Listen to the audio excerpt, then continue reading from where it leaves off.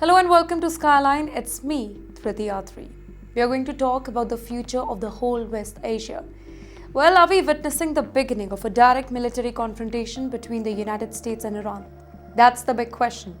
These two countries have fought through proxy, sanction, threat, shadow war, but now the whole battlefield appears to be changing. Tonight, we bring you 9 major stories that reveal just how dangerous this whole situation has really become. So let's start with it.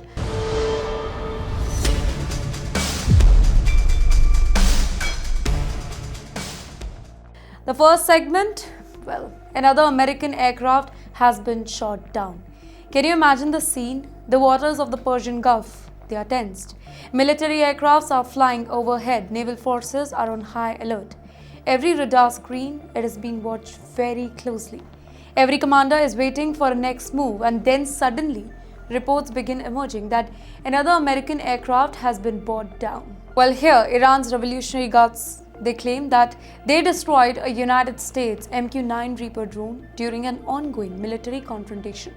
According to Tehran here, the drone was operating over sensitive areas when it was intercepted. Now, whether every detail of this claim, it can be independently verified or not, but one thing is clear. Iran wants the world to believe that it is not intimidated by American military power. Can you think about the message here? The MQ-9 Reaper, it is not just another drone. It is one of the most recognized symbols of American military surveillance and precision operation. In fact, it can stay in the air long period of time, gather intelligence, carry out targeted strikes. For years, it has been one of America's most important military assets in conflict zones around the globe. So when Iran claims that it can shoot down such a platform, it is sending a warning here. A warning not only to Washington but also to every country watching this confrontation unfold. And at the very same time, reports have surfaced about missile and drone attack targeting American-linked facility across Bahrain, Kuwait and Jordan. In fact, explosions reported in Bahrain, they have only added to the anxiety here. In fact, military installation across the Gulf, they are now operating under heightened security. Energy markets are watching every new development. Governments are monitoring the whole situation hour by hour. Every new incident over here, it is increasing fear that the fragile calm in the region, it may not last forever. And if that calm, it breaks completely, then the consequences could stretch far beyond the West Asia. Shipping routes could be affected, oil prices could spike, global market could react. What happens in the Persian Gulf, it rarely stays in Persian Gulf. Well, the entire world feels the impact. But yes, if Iran can challenge American aircraft, the next question becomes even much bigger. Can it challenge America's air defenses too? That's right, the question is, are America's Patriot defenses under the attack or not? Now, for decades, the Patriot missile system, it has been considered one of America's most trusted shields. When missiles fly through the sky, Patriots are supposed to stop them. When allies feel threatened, Patriot batteries are often among the first system deployed. They are designed to detect, track, intercept the incoming threats before they can even reach their target. You know, that is why new satellite images circulating online have triggered intense debate. The images allegedly show damage near positions linked to the US Patriot missile batteries stationed at Ali Al Salim Air Base in Kuwait. And now there has been no official confirmation. Military authorities have not yet verified the claims though, but the fact that people are even discussing about it, such a possibility tells us something important. The perception of strength, that matters. And right now, Iran appears determined to challenge that particular perception. The Patriot system, it is not an ordinary defense platform. It represents decades of American military investment and technological advancement. Now, these systems, they are meant to protect the troops, in fact, military bases, strategic infrastructure from missile attacks. Earlier this year, reports suggested that additional Patriot interceptors were moved from Europe to the whole West Asia because of rising regional tension. And that move, it itself showed how seriously Washington was taking the threat environment. So if questions are now being raised about whether these systems were targeted, it naturally attracts global attention because modern warfare, they're not only about destroying the weapon, It is about shaking the confidence. If your enemy begins to doubt the effectiveness of his defenses, that alone can create strategic pressure.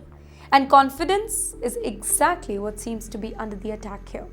Well, across West Asia, military planners are carefully studying every report, every image, every claim, because if critical air defense systems they can be threatened, then the entire regional security picture it begins to look very different.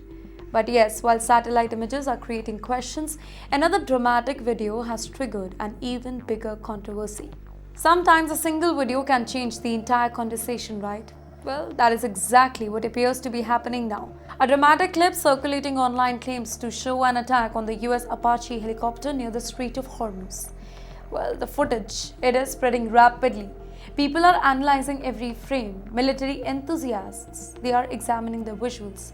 Experts are debating what it actually shows. Social media platforms are flooded with discussions and theories. In fact, supporters of Iran, they claim that it is true that America has been hit. Critics argue that the video remains unverified and should be treated with a lot of caution. But yes, regardless of where the truth ultimately lands, the impact is already felt. The US President, Mr. Donald Trump, he publicly claimed that Iran shot down an Apache helicopter.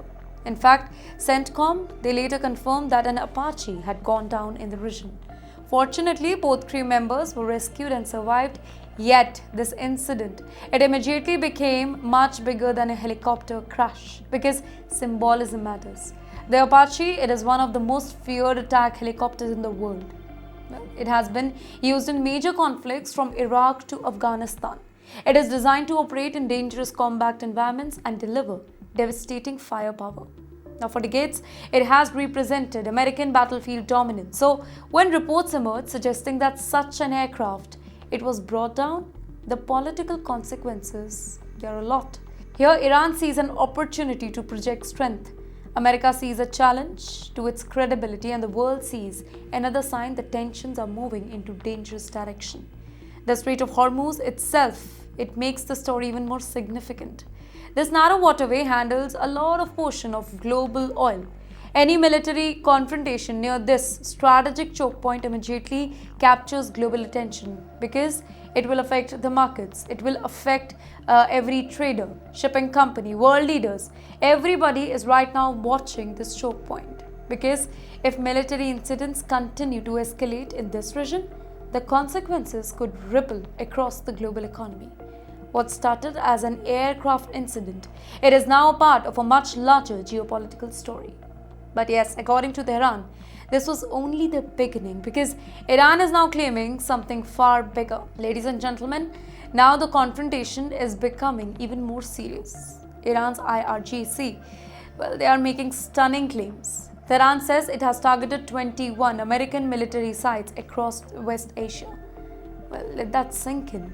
Not one, not two, 21 target location. According to Iranian claims, facilities in Bahrain, Kuwait, Jordan, they all are among the sites that are hit. Here, some reports, they even suggest that command centers, aircraft shelters, strategic military installation, they were also included. Now, let me tell you whether all of these claims, they can be independently verified or not. The message from Tehran here, unmistakable.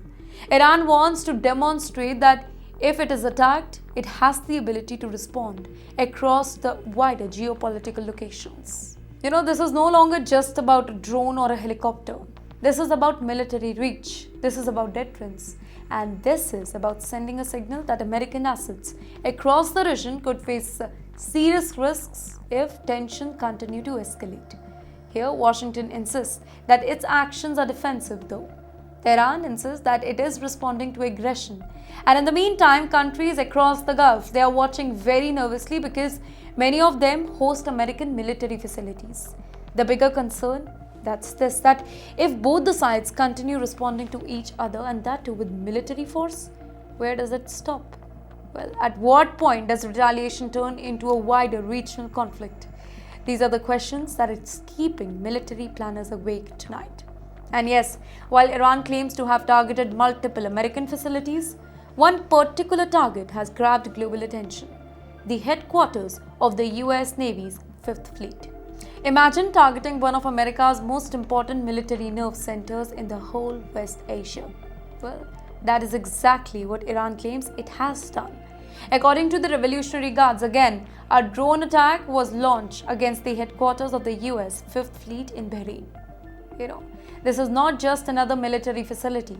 The 5th Fleet, it is one of the most important pillars of American naval power in the region.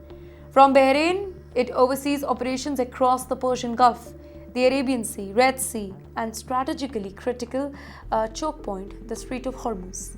Every day, massive amount of world's energy supplies. It moves through these waters only, monitored by this fleet. And that is why any threat against it immediately becomes a global story.